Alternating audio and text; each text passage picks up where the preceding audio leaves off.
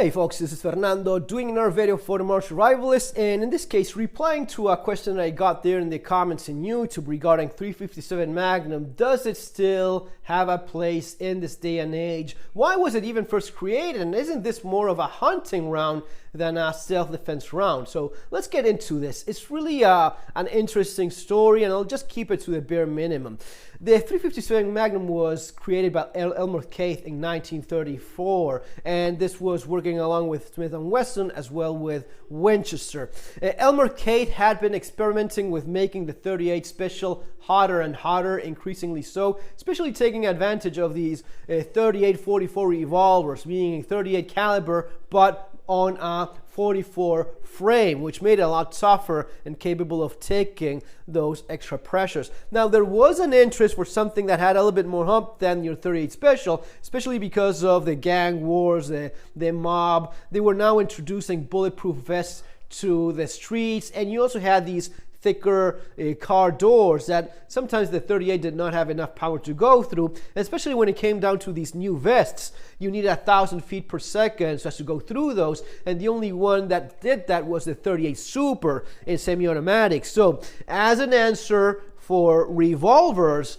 they created the 357 Magnum as a police round. This is something that is sometimes a little bit confusing. Can this be used for hunting? Yes, of course. Was it originally created as so? And the answer is no. It was originally created as a police round, a more powerful round for the cop on the streets. Now, you also compare this often with 44 Magnum, and the difference is that 44 Magnum was always intended as a hunting round. This was a more powerful version of the 44 Special, and the same logic was applied, making the case longer so as to not have accidents happen, meaning a revolver that would have the 357 Magnum go in could easily end up in a catastrophic failure because the pressures were completely different. So as to make that safer, they made this just a little bit longer. Now, keep in mind, remember that there's some revolvers out there where the 357 Magnum will go into some of these older .38 Special revolvers.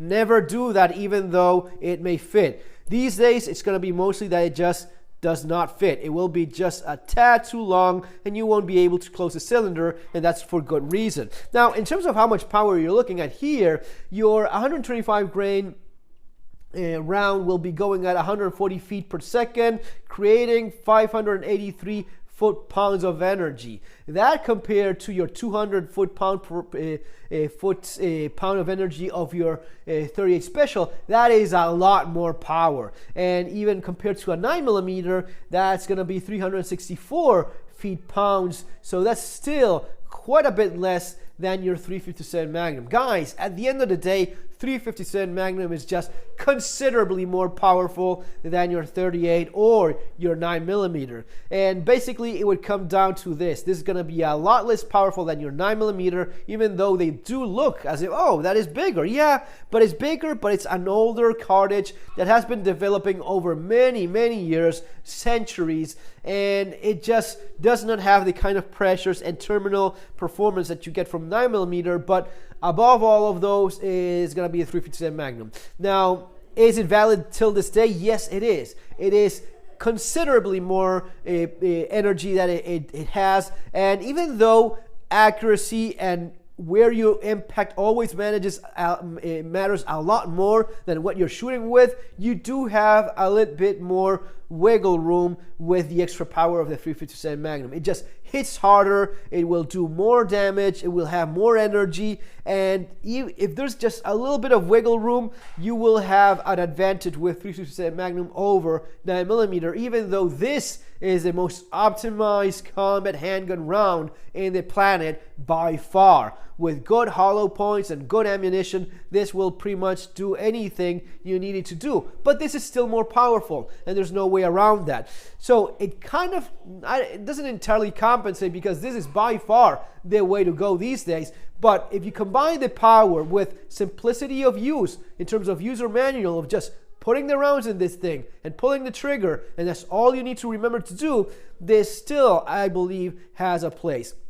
When it was first introduced, the working man 357 Magnum with a Smith & Wesson, and the fancier version for people that had the budget, for people that had the money, for the cop that wanted to show off a little bit more. You would find some cops there on the streets with a 357 called Python. It was more of a luxury thing, more of a target shooting, more of a sport gun, but Colt promoted it by using the 357 Magnum Python hunting in all continents. I believe they even took down an elephant with this cartridge and this gun. So that's all stuff to keep in mind. And remember, yes, your 357 Magnum is still very much a valid option for self-defense, even though, of course, this is usually the way most people end up going with. Guys, it's going to be all for now. See you on the next video. Take care.